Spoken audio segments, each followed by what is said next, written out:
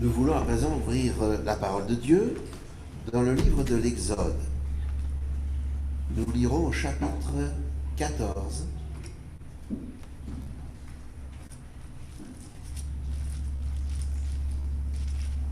les versets 12 à 14.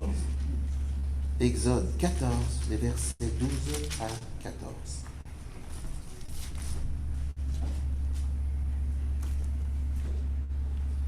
N'est-ce pas là ce que nous te disions en Égypte?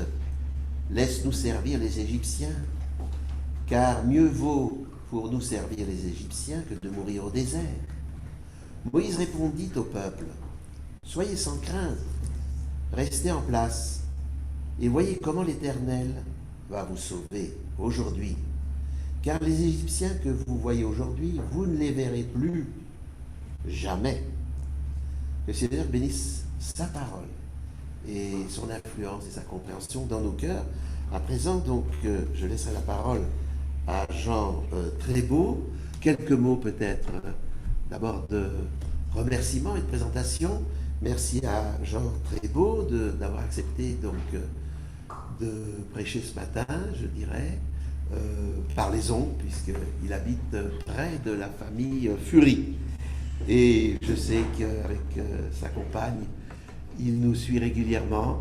Lui-même je dirais, a fait la théologie à Collonges, a été pasteur de nombreuses années, il est à la retraite dorénavant, et c'est avec plaisir que nous lui laissons la parole pour délivrer le message que le Seigneur lui a confié.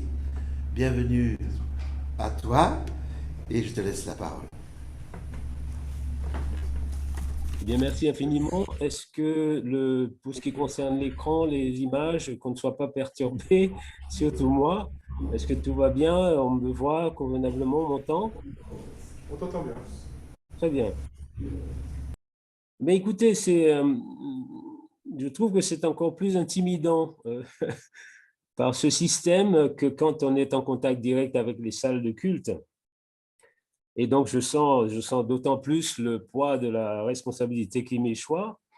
C'est pour ça que je pense pouvoir compter sur vous, sur votre indulgence pour ces moments qui vont suivre. Une brève prière, s'il vous plaît. Dieu Tout-Puissant, nous n'avons aucune prétention devant toi que de te servir au mieux de nos capacités. Aussi, je m'en remets entièrement entre tes mains et te demande aussi d'assister cette communauté de façon à ce que ton message lui parvienne sans trop de modifications. Voilà les grâces que je te demande ce matin pour chacun d'entre nous. Au nom du Seigneur Jésus. Amen. L'intitulé donc de ce message, c'est donc « Regarde ce que Dieu va faire ». Tous ceux qui ont fait une solide expérience avec Dieu seront d'accord avec moi pour affirmer que lorsque Dieu fait, il fait.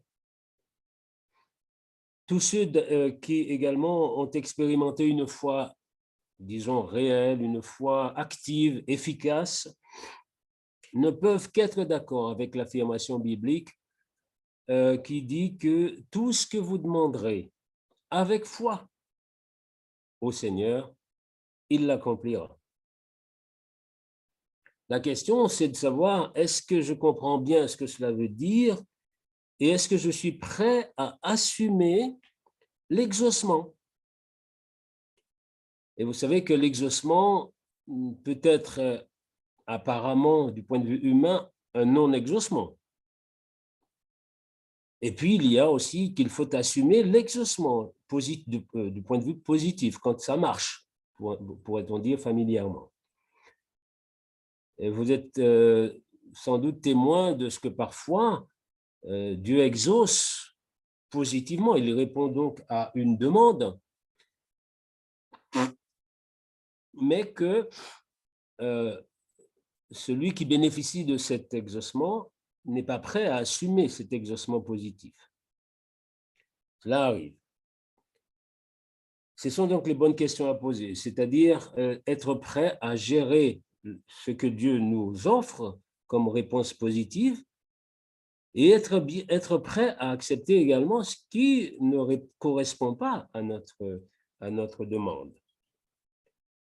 Votre serviteur fait partie de ceux qui, bien que convaincus, bien que pratiquants, certes avec les difficultés de tout le monde, notre foi, eh bien, se battent, pour ne pas dire se débattent encore, pour être à la hauteur des exigences divines, mais cela dans la plus grande humilité, malgré les difficultés, malgré les longues années, du moins, de vie spirituelle.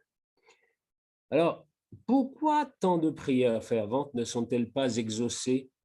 Du moins, n'en voyons-nous pas les fruits attendus?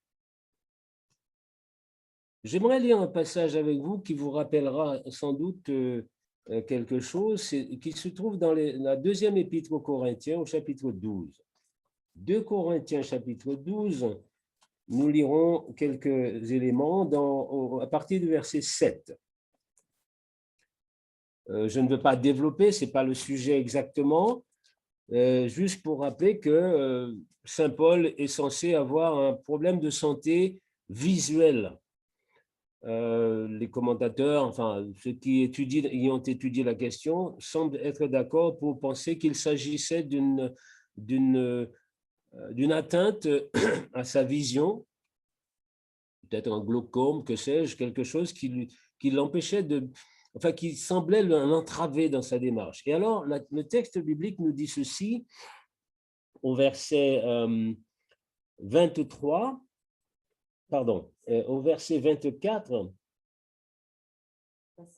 pardon, excusez-moi, oui, je n'ai pas pris le bon texte, j'étais dans, voilà, nous dit ceci, au verset 7 plus exactement. Et pour que je ne sois pas enflé d'orgueil à cause de l'excellence de ces révélations, il m'a été mis une écharde dans la chair, un ange de Satan pour me souffleter et m'empêcher de m'enorgueillir. 3 fois, j'ai prié le Seigneur de l'éloigner de moi.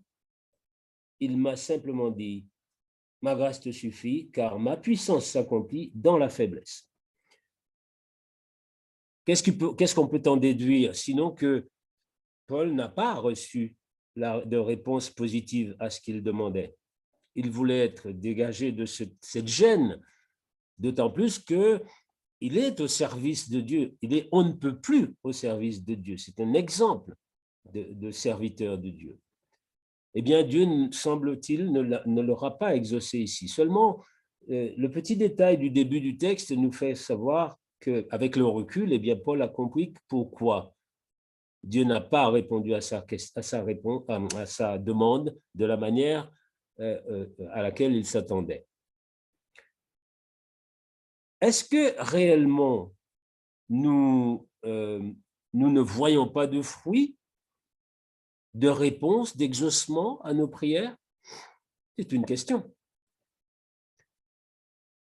Je vais vous évoquer une petite histoire. Elle est inventée de toutes pièces, mais elle illustre bien certaines choses. Ce sont 2 enfants qui sont de la même génération, on va dire, qui vivent ensemble, qui sont dans la foi chrétienne, entourés de parents chrétiens, et qui ont appris tout petit qu'il suffit de demander à Jésus les choses, et Jésus les accomplit. Alors, il y a d'un côté Joël, on va l'appeler Jojo, et de notre côté Thibaut, qu'on va appeler Titi. Joël et Titi demandent des choses. On leur a dit que Jésus répond, donc on va en profiter, hein, c'est comme ça. Et donc, moi, je voudrais ceci, je voudrais ça. Allez, je voudrais un petit avion qui vole, etc. Et puis, Thibaut, de son côté, voudrait une voiture qui marche toute seule. Et ces 2 enfants reçoivent leur cadeau. Après leur petite prière, ils ont reçu leur cadeau. Et ils sont habitués comme ça à se rendre compte que, eh bien, Jésus exauce les prières. Ils font confiance à Jésus parce que Jésus exauce les prières. Alors, ils vont grandir, ces garçons. Ils vont devenir adultes et petit à petit, dans leur parcours, il y en a un, on va dire que c'est Jojo, qui développe l'idée, parce qu'avec l'expérience, il se rend compte que ce n'est pas toujours vrai. Les réponses ne sont pas toujours là. Mais il a gardé sa foi en Jésus, il a fait de l'expérience avec lui, il a appris à comprendre que tout n'est pas comme on le désire, on n'a pas toujours tout, on ne peut pas tout avoir. Et il a continué à développer sa foi, il est resté chrétien, il a fait son expérience et est devenu un vrai enfant de Dieu. Et puis il y a Titi de son côté qui lui avait l'habitude de ne pas accepter qu'il ne reçoive pas les choses comme il le demande à Jésus. Et puis il a grandi lui aussi de son côté, chrétien lui aussi, et à un moment donné, il s'est rendu compte que c'est, pour lui en tout cas, c'est du Père Noël en fait, tout ça. Et Jésus ne répond pas tant que ça, il n'y a pas de Jésus finalement. Et petit à petit, ce garçon, cet homme devenu adulte, eh bien, va laisser tomber tout ce qui concerne la religion, tout ce qui concerne la relation avec Dieu, avec Jésus. Pour lui, c'était des histoires pour les enfants. Voilà.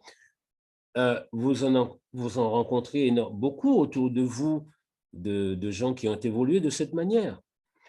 D'un côté, une vraie foi, une compréhension spirituelle authentique, biblique, et puis de notre côté, une compréhension utilitaire de Jésus, mercantile même. On va marcher, on va marchander avec lui pour obtenir ou pas obtenir des choses. Cette histoire, gardez-la en mémoire, elle va nous servir tout au long de ce moment que nous passons à partager ensemble. C'est quoi un exaucement au juste? Quelle place accordons-nous réellement à la ponctuation de nos prières, que ta volonté soit faite? Si c'est ta volonté, non pas ta volonté, mais la mienne, quelle place accordons-nous à cette ponctuation? C'est une question que je vous laisse. Essayons de voir clair dans toutes ces questions afin qu'après, dès après ce partage, eh bien, nous soyons un peu plus sereins, plus apaisés, plus tranquilles devant l'adversité notamment, plus confiants, plus en paix avec Dieu et avec nous-mêmes. Et que notre devise dès maintenant soit, eh bien, regarde ce que Dieu va faire, surtout dans les épreuves. Pour réfléchir à toutes ces questions, nous allons réexaminer ensemble cet épisode singulier de l'histoire du peuple de Dieu dans ses pérégrinations du désert après son exfiltration de l'Égypte. C'est maintenant que nous allons aborder ce texte de l'Exode au chapitre 14 et au verset 12. Exode 14, donc, verset 12 et suivant. Nous connaissons l'histoire, je ne reprends pas tous les éléments. Et on nous dit à partir, alors je vais quand même reprendre à partir du verset 10. Pharaon approchait. Les enfants d'Israël levèrent les yeux, et voici, les Égyptiens étaient en marche derrière eux. Et les enfants d'Israël eurent une grande frayeur. Ils crièrent à l'Éternel. Ils dirent à Moïse, est-ce qu'il n'y avait pas de sépulcre en Égypte sans qu'il soit besoin de nous mener mourir au désert? Que nous as-tu fait en nous faisant sortir d'Égypte? N'est-ce pas là ce que nous te disions en Égypte? Laisse-nous servir les Égyptiens, car nous aimons mieux servir les Égyptiens que de mourir dans le désert. Vous entendez l'écho, vous imaginez la chose, vous essayez d'imaginer la chose. Ces gens qui regrettent les pots de viande de l'Égypte, vous vous souvenez? Alors Moïse répond au peuple, ne craignez rien, restez en place, regardez la délivrance que l'Éternel va vous accorder en ce jour. Les Égyptiens que vous voyez là aujourd'hui, vous ne les verrez plus jamais. L'Éternel combattra pour vous et vous surtout. J'insiste beaucoup sur cette partie du verset. Gardez le silence. Taisez-vous. L'Éternel dit à Moïse, mais pourquoi ces cris? Parle aux enfants d'Israël et qu'il marche. Ce passage est particulièrement prenant parce qu'on essaie, lorsqu'on essaie de s'imprégner, en tout cas de marcher avec eux, d'être avec eux dans ce moment précis. J'aimerais poser un petit postulat avant d'aller plus loin. Nous ne jugeons pas Israël. Nous n'exaltons pas non plus Moïse en réfléchissant à ces événements qui nous sont rapportés par la parole de Dieu.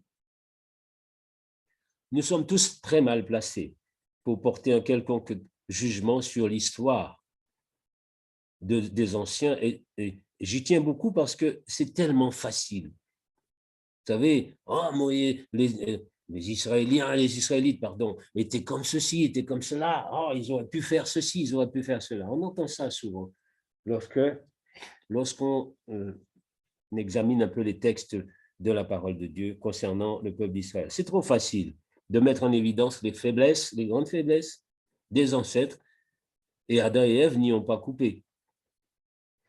Non, nous réexaminons leur parcours, les événements qui ont émaillé leur route avec Dieu, et nous essayons de dégager avec le recul des constats, mais surtout pour en tirer des leçons intemporelles.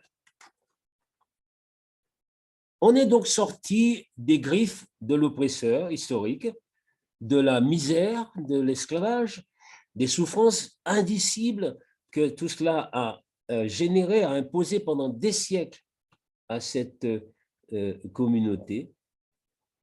On est enfin libre, on respire, on avance vers un projet, un objectif, une promesse incroyable, la terre sainte, la terre promise, la délivrance.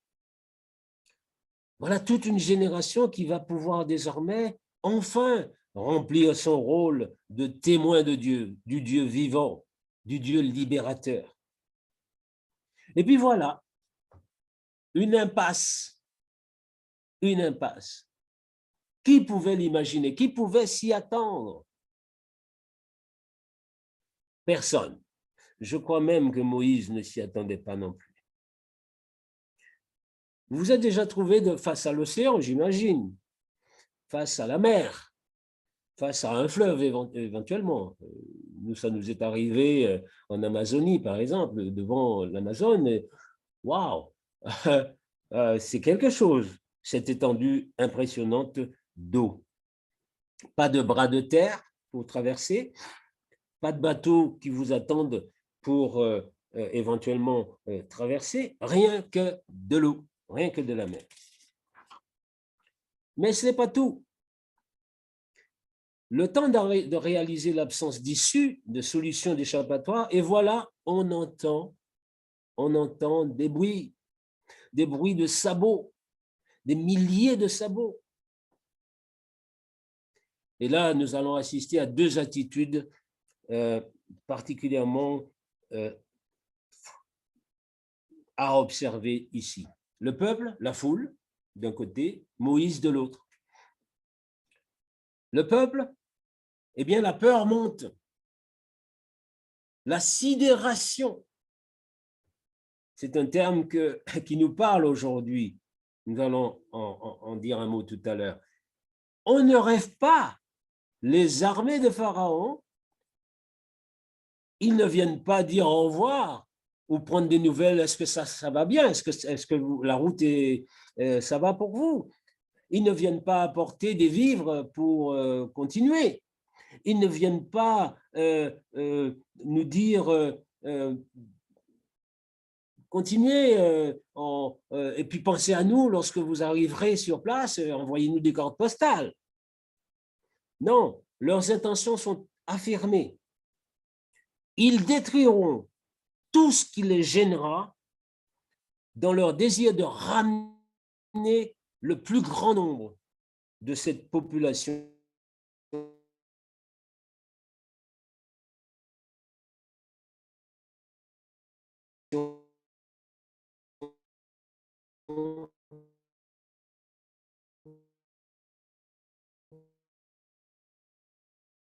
en Égypte. Beaucoup. excusez-moi, main d'œuvre pour leur économie. Dire manu militari. Ça, c'est Israël le sait, Israël est conscient. Moïse est conscient lorsqu'il constate que les Égyptiens leur en veulent toujours. Israël a peur, Israël tremble, Israël se prépare à s'agenouiller pour survivre. Ce peuple s'en prend aussi à son leader tutélaire qui a tant donné de preuves qu'il les conduit au nom du Dieu vivant et avec le Dieu vivant. Et puis de l'autre côté, eh bien, vous avez Moïse. Certes, il est perplexe.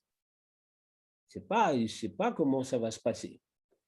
Il a aussi, non pas peur, mais il est remué parce que lui, ça n'était pas prévu. Il pensait la page tournée. Il réfléchissait avec ses collaborateurs aux différentes stratégies possibles pour la conquête de la terre de la délivrance, la réorganisation politique de ce peuple, social, et surtout, et ça c'est le nerf de la guerre, pourrait-on dire, surtout la réorganisation religieuse du peuple. Ce peuple désormais destiné à servir l'Éternel pour son propre bonheur, pour son propre salut. Le peuple a peur et réagit avec un raisonnement séculier, matérialiste, humain, instinctif, païen, tout simplement. Moi, je me garderais bien de porter un jugement sur eux à ce moment-là. Je n'étais pas à leur place. Donc, voilà ce peuple en difficulté, pourtant ayant eu des preuves que Dieu marche avec lui. C'est quelque chose que j'ai beaucoup de mal à comprendre. Comment, lorsque on a expérimenté Dieu dans sa vie, on puisse, devant une difficulté, devant une épreuve, oublier que Dieu est là, il est vivant. Et puis de l'autre côté, vous avez Moïse qui interroge Dieu. Lui, il cherche les directives de Dieu dans cette situation. Car il sait que Dieu est là et Dieu observe ce qui se passe. Israël, lui, a peur et oublie son Dieu, littéralement. Le contraste est donc frappant entre le comportement spirituel et le comportement séculier. Nous touchons ici à la racine du mal, d'où la question provient: pourquoi les prières de certains croyants semblent ne pas recevoir de réponse? Et je précise, semblent ne pas recevoir de réponse. On va pouvoir dire avec Moïse pourquoi d'autres reçoivent, constatent, voient, confirment que l'exaucement de leur prière est acté, authentique. Moïse, devant ces centaines de milliers de personnes totalement subjuguées, sidérées, apeurées, prêt à toutes les concessions, à toutes les lâchetés, à tous les compromis, Moïse respire profondément.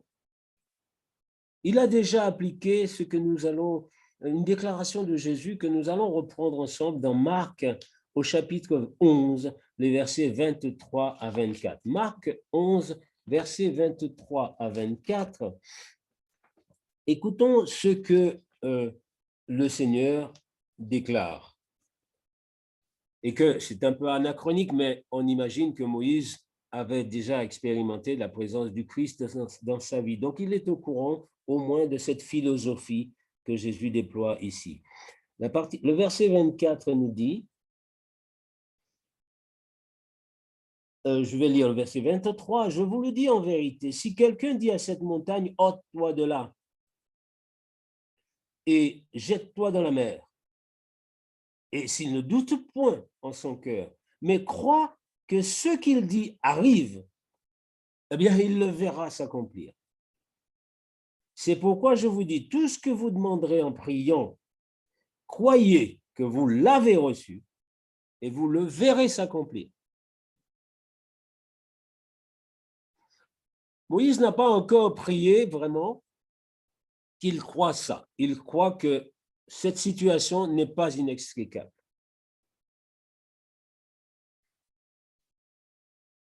Trop, c'est trop devant l'attitude du peuple, de ce peuple.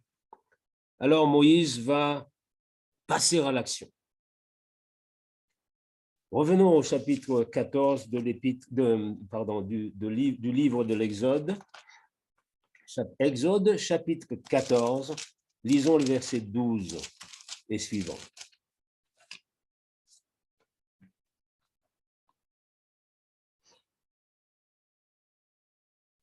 N'est-ce pas là ce que nous te disions en Égypte? Laisse-nous servir les Égyptiens, car nous aimons mieux servir les Égyptiens que de mourir au désert. Alors Moïse, qui est imprégné de cette foi authentique, de cette foi inébranlable, malgré le shaking qu'il ressent comme les autres, parce que la situation est quand même humainement difficile, terrible. Mais Moïse est convaincu, il dit, ne craignez rien, et puis arrêtez de vous agiter, restez en place. Alors j'imagine que ce n'était pas facile de gérer cela, malgré l'organisation qui était déjà tout de même en place pour diriger cette population, ces gens qui ont peur, cette foule qui a peur, ça vous dit pas quelque chose par rapport à l'actualité? Eh bien, Moïse leur dit, mais d'où prend-il cette conviction? Moïse leur dit, ne craignez rien, restez donc en place, regardez la délivrance que l'Éternel va nous accorder en ce jour. Il est convaincu que ça va se faire. Il dit, parce que les Égyptiens que vous voyez là, vous ne les verrez plus jamais. J'aimerais tellement avoir cette force de caractère spirituel, cette espèce de confiance totale devant une impasse, devant un mur, devant un horizon absent. Eh bien, il leur dit, l'Éternel combattra pour vous. Et vous, s'il vous plaît, gardez le silence. Taisez-vous. Chut. Regardez ce que Dieu va faire. C'est cela qui m'impressionne dans cet épisode, c'est cette capacité qu'avait cet homme de Dieu de transcender, d'échapper à la contingence humaine, d'échapper au conditionnement humain. Voilà d'où je tire donc l'intitulé du message, regarde ce que Dieu va faire. Fabuleuse leçon de foi de vrais croyants qui sait que quand il n'y a pas d'issue, eh bien, il y a une issue avec Dieu. Dieu pouvait faire disparaître la mer, l'océan. Y avez-vous pensé? Il a choisi de faire traverser des murs d'eau dans un fracas effroyable. On imagine, nous avons pratiquement tous vu le fameux film de Cécile B. DeMille intitulé Les 10 commandements. Il y a là une tentative de restituer un peu ce qui a pu se passer en partant des textes, évidemment, à cette époque-là, on imagine, et c'est déjà pas mal hein, pour faire revivre cet épisode-là. Eh bien, Moïse dit, surtout que cela ne nous échappe pas, hein, taisez-vous, cessez de vous agiter, gardez votre sang-froid, préservez votre aptitude à réfléchir et à rechercher la solution, la sortie de crise divine. Pas celle des hommes. Celle des hommes est généralement inspirée du malin et elle consiste à se soumettre aux hommes. au détriment de la protection divine. Et si nous en transposions quelque peu maintenant, chers amis, l'actualité nous fournit une opportunité sans précédent, universelle, de tirer les leçons de l'expérience d'Israël. Vous ne croyez pas? Israël était-il informé que de la présence de Dieu, du Dieu vivant? Bien sûr que oui. Israël était-il informé de la nécessité de marcher par la foi, c'est-à-dire de réagir en toutes circonstances par le spirituel avant le séculier? Bien sûr que oui. Dans notre actualité, que se passe-t-il depuis bientôt 1 an et demi?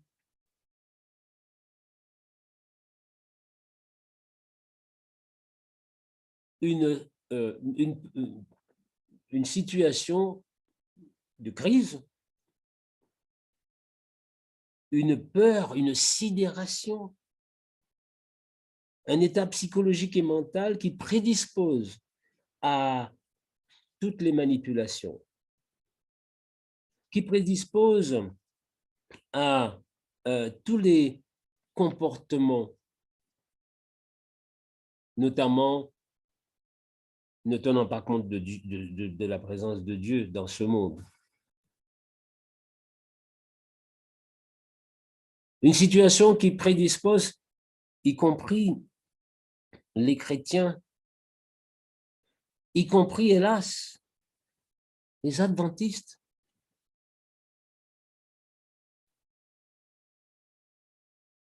Est-ce que nous ne sommes pas informés de la présence de Dieu? Le Dieu d'hier, ce n'est pas le Dieu d'aujourd'hui. Dieu a changé à travers le temps.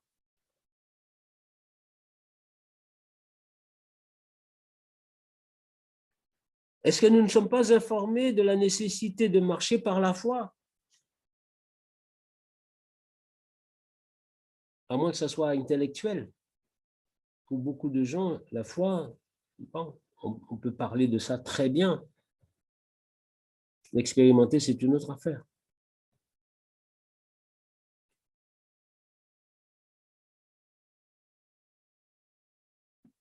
Il ne s'agit pas de dire que Dieu existe et puis d'une façon niaise mettre la religion avant tout, devant tout ce qui se passe. Il y a une réalité. Nous vivons une réalité sanitaire. On peut toujours discuter de son origine, des modalités, tout ce que vous voulez, mais il y a une réalité sanitaire. Mais est-ce que nous devons pour autant avoir une telle peur de mourir? La mort ne fait pas partie du parcours humain? La mort n'est pas prévue dans les Écritures? Est-ce que la peur de la mort doit nous empêcher de réfléchir? Doit générer chez nous un comportement bizarre, étrange,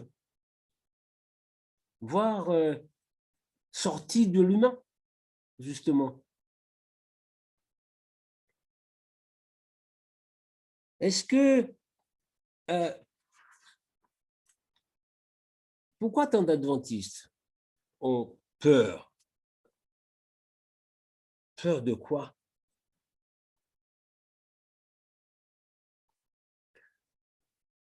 Nous sommes suffisamment informés pour savoir que, allez, 70 à 80% de ce qui se passe aujourd'hui sur la planète d'ailleurs, d'une manière générale, c'est de la mousse de Chantilly, et que le reste, la réalité qui existe, n'est pas si important que ça. je ne veux pas développer, ce n'est pas mon propos. On pourrait revenir plus tard, dans une autre occasion, pour développer davantage ces questions. Est-ce que nous, ce ne serait pas nous, adventistes en particulier, et j'ajoute un détail, ceux qui sont conscients de la divinité, ce qu'est la divinité par rapport à une trinité. Est-ce que ce n'est pas ce peuple-là que Dieu a désigné pour justement, dans cette occasion unique? Moi, j'ai un certain âge et je n'ai jamais vu une chose pareille en moins d'un an dans ce pays, d'ailleurs partout où j'ai vécu, pas vécu qu'en France. Est-ce que nous ne devrions pas être justement ce peuple qui devrait dire aux gens du calme? Oui, il y a une situation, il y a une épidémie en marche. Mais du calme. Restez conscient. Prenez un temps de réfléchir quelque peu. Pas de panique. Gardez votre sang-froid et surtout, taisez-vous. Restez calme. Écoutez. Les gens sont arrivés à un tel stade de sidération qu'on ne s'écoute plus les uns les autres. On ne se regarde plus les uns les autres. On ne se sourit plus. On a peur des uns des autres, y compris dans les foyers. Et tout est fait pour faire peur aux gens dans les foyers aussi. Ça ne vous dit rien, vous, adventistes?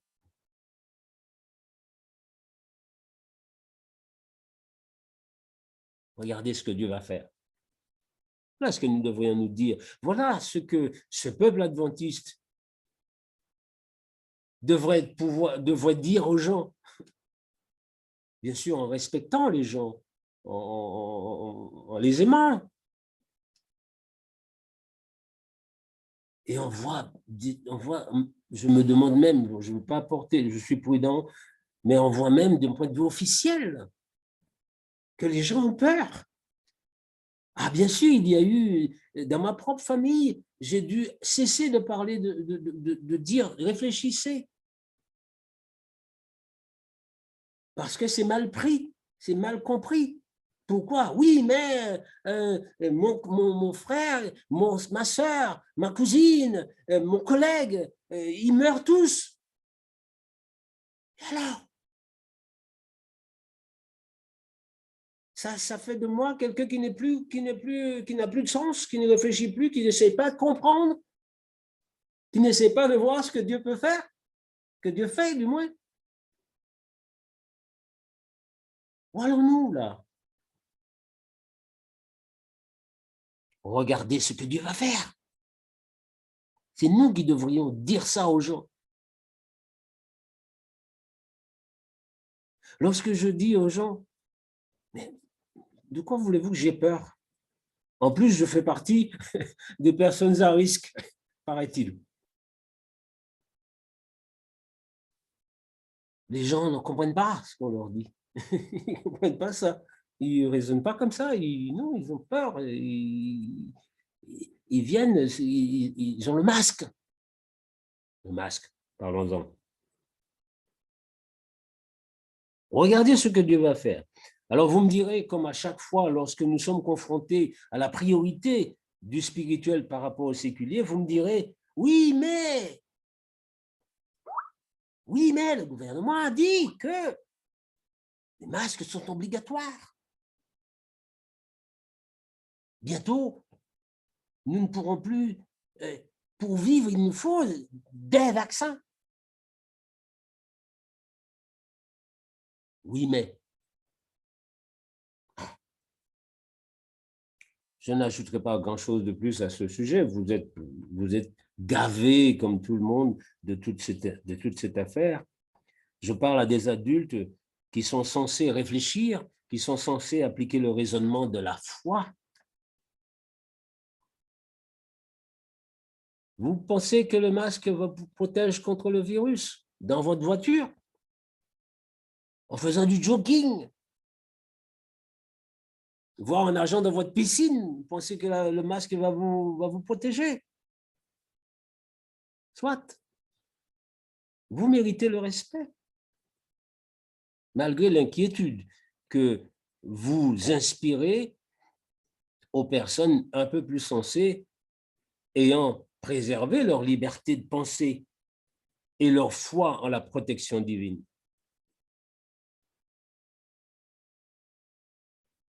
Chers amis, c'est un sujet que nous pourrons aborder, pas sous cette forme, bien entendu, si ça vous intéresse, à une autre occasion. Peut-être serait-il temps que nous réfléchissions d'une manière intelligente à ce qui se passe et que nous n'oublions pas que nous sommes un peuple prophétique, que nous n'oublions pas que, certes, le Covid-19 n'est pas un signe des temps à ce point, ce n'est pas le Covid-19 qui décide que le Seigneur va revenir. C'est un aspect du puzzle qui se met en place. Qu'est-ce qui doit nous intéresser, nous, enfants de Dieu? Relisons les Écritures. C'est lumineux. Vous lisez, ne serait-ce que Matthieu 24, auquel nous sommes tellement familiers, c'est lumineux dedans. Tout est dit depuis. C'est là. Ce qui se passe ne doit pas nous affoler. Ce qui se passe doit nous amener à la réflexion, justement, et à commencer à bien gérer notre vie, bien gérer notre patrimoine spirituel, bien gérer notre combat, bien envisager notre sanctification, sans laquelle, quand je dis notre sanctification, j'entends notre caractère, sans laquelle on ne pas au ciel. Nous ne bénéficierons pas de la vie éternelle. Nous ne ferons pas partie de ceux qui seront debout lorsque le Seigneur va revenir. J'aimerais vous rappeler 2 ou 3 choses en concluant. La prophétie biblique, elle est partie, elle se développe inexorablement. Elle s'accomplira certainement, nous dit la Bible. Aucun Covid, aucun vaccin, aucun virus ne l'empêchera.